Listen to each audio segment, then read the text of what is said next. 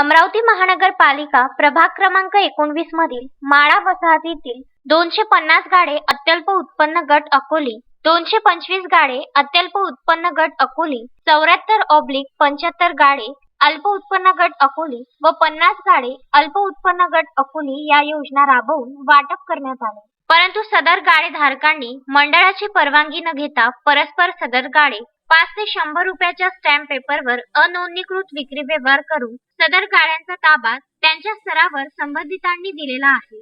गेल्या अनेक वर्षापासून सदर गाडेधारक हे त्यामध्ये वास्तव्य करीत असून तत्कालीन प्रचलित पद्धतीनुसार त्यांच्याकडून नियमितीकरणाची कार्यवाही झालेली नाही। अमरावती मंडळाचे अधीनस्थ यवतमाळ जिल्ह्यातील अनधिकृत गाडेधारकांची प्रकरणे प्राधिकरणाचे ठराव क्रमांक 6935 6 ऑक्टोबर 2019 अन्वये निकाली काढली जातात। सदर ठराव मंडळातील इतर जिल्ह्यातील वसाहतींना लागू करण्याबाबत माळा मुख्य अधिकारी यांनी मान्यता दिलेली आहे। सदर प्रक्रिया ही अंदाजे 3 महिन्यात राबविण्यात येईल। तरी अकोले अमरावती येथील अनधिकृत गाडे भूखंड धारकांची प्रकरणे सदर नमूद ठरावानुसार निकाली काढण्यात येणार आहे।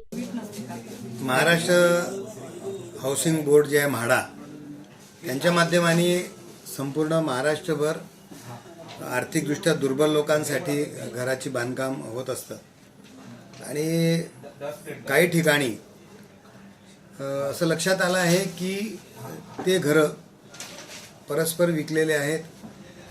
100 रुपयाच्या स्टॅम्प पेपरवर, 20 रुपयाच्या स्टॅम्प पेपरवर ते त्यांनी दिली, इमला खरेदी असेल आणि नंतर ते विकणारे मूळ मालक निघून गेले।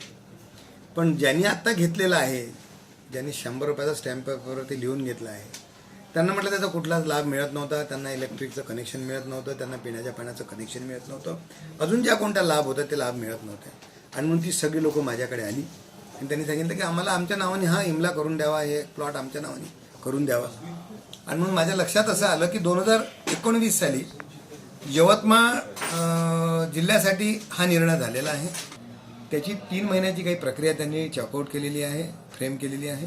अर्ज करावा, त्यानंतर पेपरला त्याची जाहिरात दिली जाईल आणि ज्यांच्या गाळ्यावर तक्रार आलेली नाही त्यानंतर ते त्यांच्या नावाने खरेदी करण्यात येईल। मला असं वाटतं की खूप मोठा दिलासा अशा सगळ्या गरीब कुटुंबांना मिळणार आहे आणि हा आनंद देत असताना मलाही समाधान आहे की याचा पाठपुरावा केल्यामुळे हे शक्य झालेलं आहे। Vidarbha news bureau, Amravati.